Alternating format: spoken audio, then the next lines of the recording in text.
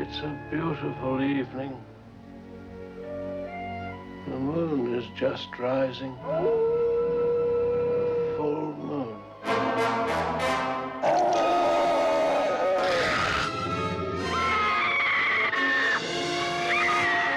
Universal has like the big three from the 30s, Dracula, Frankenstein, and the Wolfman. And I think the Wolfman is one of the more popular of the group, simply because he's the one that people can relate to the most easily. Nobody can relate to being a Transylvanian count, and they're certainly not going to relate to being a guy who's been put together from other bodies. But here you got Larry Talbot, who's just this regular guy who has this thing happen to him. And that's a recipe for longevity, I think. The werewolf is to do with the beast let free. Deep inside, there is this ravenous wolf. It's a good explanation, or a way of dealing with just human rottenness. You're not leaving us. You're not going with him. He has the sign of the beast on him. He is dangerous only when the moon is full. I think there's something really almost profound about why young people become interested in horror. You know, most horror fans become horror fans at the time of their puberty. And the werewolf is a perfect symbol for puberty. Your body is changing, your voice is changing. You're having these sexual urges that drive you to do things that you didn't do when you were 10. And so I think that's what really the Wolfman saga and its popularity is so much about. You mean the werewolf? Yes, sir.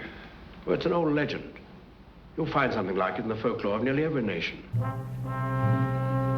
Almost all societies around the world have some kind of man-beast, or lycanthrope, or werewolf. Really, it's a pretty international thing. There's always been that kind of, the whole legend and the myth around werewolves. But it was really Universal that put all that stuff together in a way that really made it what it is. The Werewolf in London was really the first of the werewolf movies that I know of anyways, and it did kind of set some of the rules. It was a very different makeup. People kind of say it looks more like Elvis Presley than a Wolfman or something. And probably rightly so. Henry Hall thought the original makeup that Jack did disguised him too much, and it was important that you kind of knew it was Henry Hall and stuff. I still think it's a really cool makeup. But I also think the test makeup that he did on him was great. And it's very much what the Wolfman ended up being. You have to remember that Universal had made a bunch of these movies, and they were usually based on prior pictures that they had done. But the Wolfman was a brand new monster. I think George Waggner, the producer of The Wolfman, said before he saw the script, all he knew about werewolves were they howled at the moon and hung around Scottish castles. Werewolf? What's that?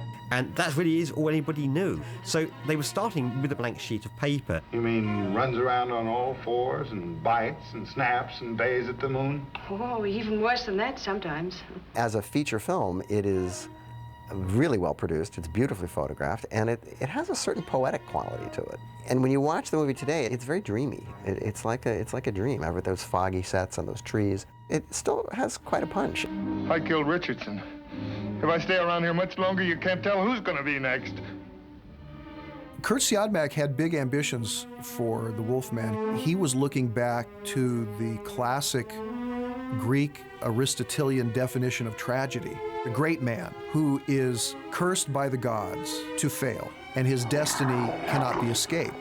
And what Kurt Siodmak brilliantly did is he gave us an everyman Greek tragedy. And in this case, he's cursed by the supernatural. And he is in the wrong place at the wrong time. He becomes bit by a werewolf, and all of the qualities that he has, that we have, that we can identify with, they avail him not. That brought something to the werewolf that the other great monsters had, that sense of reluctance and tragedy. The Frankenstein monster didn't ask to be made into a monster.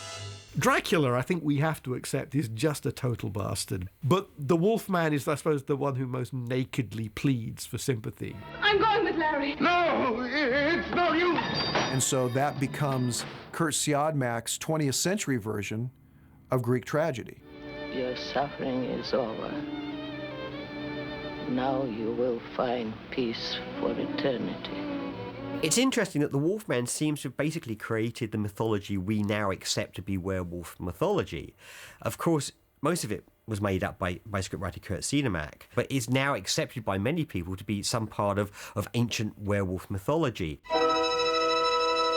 In medieval mythology, there were a lot of ways to turn into a werewolf. If you ate a certain flower accidentally, you would become a werewolf. If you ate a wolf's brain, you would become a werewolf. That's almost logical. Now, what Kurt Siodmak did was, he made it so that if you're bitten by a werewolf, you become a werewolf.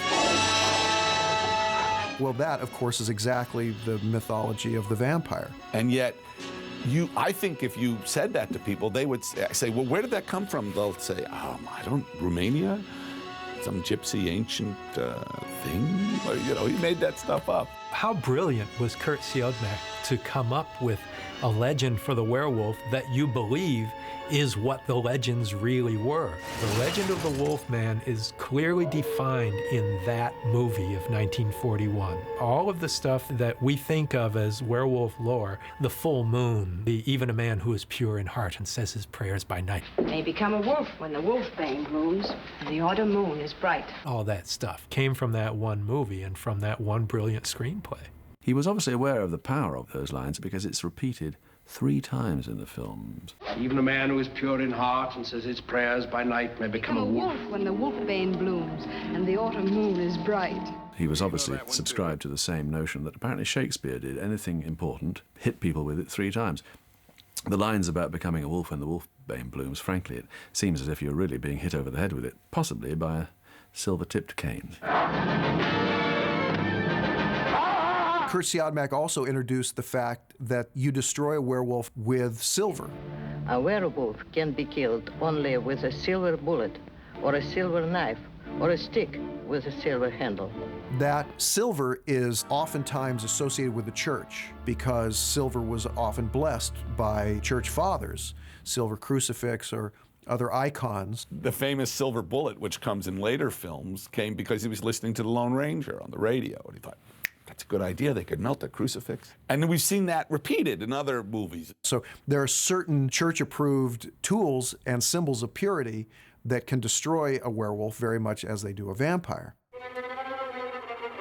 One of the most prevalent features of the Wolfman is the whole notion of the wolf seeing a pentagram reflected in the palm of his prospective victim. Bela Lugosi sees a pentagram in Fay Helm's palm, and eventually Lon Chaney Jr. sees a pentagram in Evelyn Anker's palm. Now, this is a fascinating idea. It's entirely Siodmak. So Kurt Siodmak bundled all these things together, and they were potent because they tap into the same primal feelings that we have that make the vampire myth so potent, about good and evil, and about the church's role, and about man's corruptibility. The evil and the Wolfman is the evil of the duality of man, of people who have these urges that they can't control, but when they're not having those urges are perfectly good people. So I think that's one of the underlying reasons why these pictures have been so popular. And it took so well that they were able to use it for the next 10 to 15 years as the template for werewolf movies. The rules, as we all know, are made to be broken, and considering the fact that Kurt made up most of them anyway. Whatever weakens the human soul, especially during the cycle of the full moon when the forces of evil are at their strongest, bring the spirit of the wolf to the fore. Bram Stoker, in writing Dracula, solidified it. He created Dracula, Transylvania, Vlad the Impaler. So Kurt Siodmak and the Wolfman solidified the werewolf for us the way that Bram Stoker solidified the vampire for us. And oddly enough, these little bee pictures are probably still going to have their adherents, particularly if they're seen by people when they're young, and then you can carry it with you. The movies become our mythology. He's still turning into the werewolf. He's still turning into the Wolfman. Every time someone sees a full moon, there's still, someone talks about it. Because it has great power.